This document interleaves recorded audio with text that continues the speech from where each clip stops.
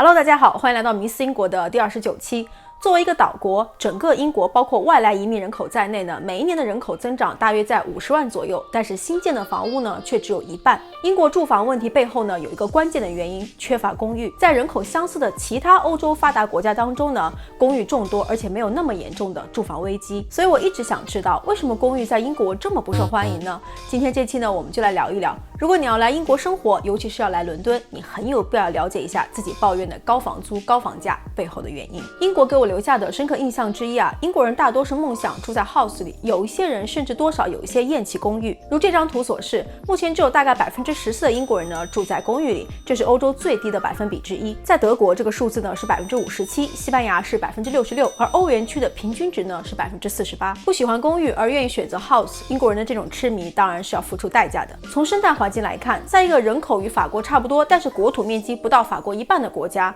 那么低密度的住宅从长期来看是不可持续的。沿着这条路走下去，城市周围的绿化带迟早会消失，甚至会侵扰到国家公园这些自然地带。从经济层面上来看呢 ，house 也相应造就了较高的房价。如今英国的家庭债务呢，大部分都流向了住房贷款。由于英国脱欧加上借款成本的上升，英国的家庭负债过度，整个社会会面临着工资增长放缓的前景。债务负担过重的人口也更有可能呢减少积蓄，甚至减少年轻人接受高等教育的学习年限。与欧洲的其他发达国家相比呢，这两者都是英国经济的长期弱点。显然，英国需要大量的住房供应来满足它不断增长的人口需求，应该建造更多的公寓来更加有效地利用土地资源。但是很多英国人可能会对这种说法皱起眉头，因为英国人对于公寓的厌恶是有充分理由的。从建筑本身来看，英国大部分的公寓呢都不适合幸福的生活，尤其是幸福的家庭生活。两次大战之后的房屋需求，使得英国的有一些公寓呢是从过去的大房子改建而成的。这些公寓呢大多都存在着相同的问题，比方说像噪音、公共设备陈旧，还有隐私等等。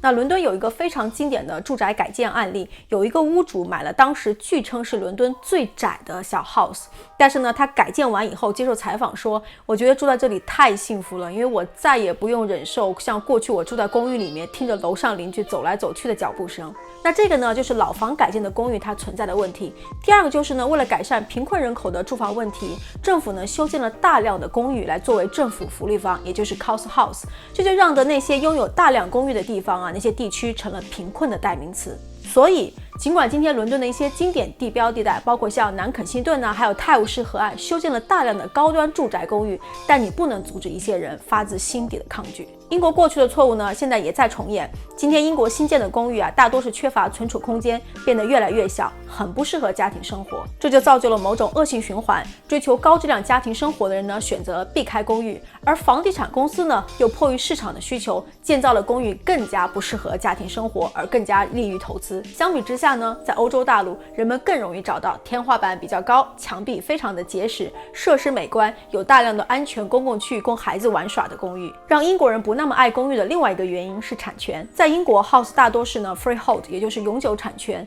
这块土地呢，只要你购买了，它就是永远属于你的。你种菜啊，你要种园子啊，这都是小事。你只要获得了这个施工许可啊，你想要改建或是扩建自己的房屋，都是被得到允许的。但是在英国大部分的公寓呢，却是 leasehold， 也就是租赁所有权。换句话说，你只是暂时租了这块地方，甚至你只是和其他人一起租了这块地方，但你本身并不拥有它。所以，尽管大部分的地段呢，公寓都比 house 要便宜，甚至看起来更加现代跟美观，但是购房者免不了要在心里计算跟思考这个土地的租赁年限、租赁费用以及每一年要缴纳的公寓管理费。这就让许多英国人产生了付了钱，但是却没有真正拥有这间房子的感慨。但是真正拥有有那么重要吗？也许从英国人的文化心态来说，非常的重要。An Englishman's home is his castle。 英国人的家就是他的城堡，这是一句起源于17世纪的英国谚语。对于英国人来说呢，家是一个人的避难所。英国的首相呢 George Grenville 也进一步诠释了这一点，那就是最贫穷的人也可以住在自己的小屋里，反抗王室的一切势力。这个小屋它可能很脆弱，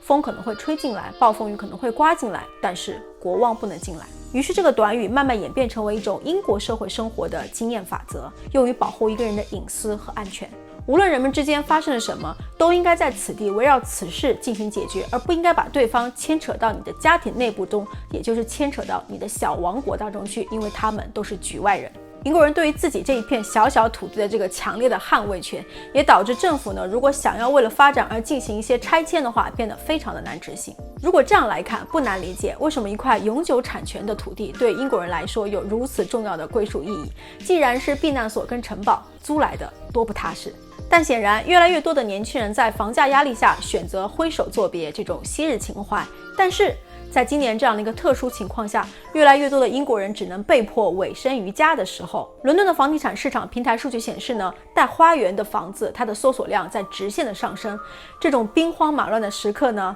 人们内心又一次感受到了城堡和避难所的召唤。好了，如果你喜欢今天这期节目呢，记得点赞、分享、订阅我的频道，支持我做更好的节目，更多有趣有料的英国文化生活话题。迷思英国，我们下期见，拜拜。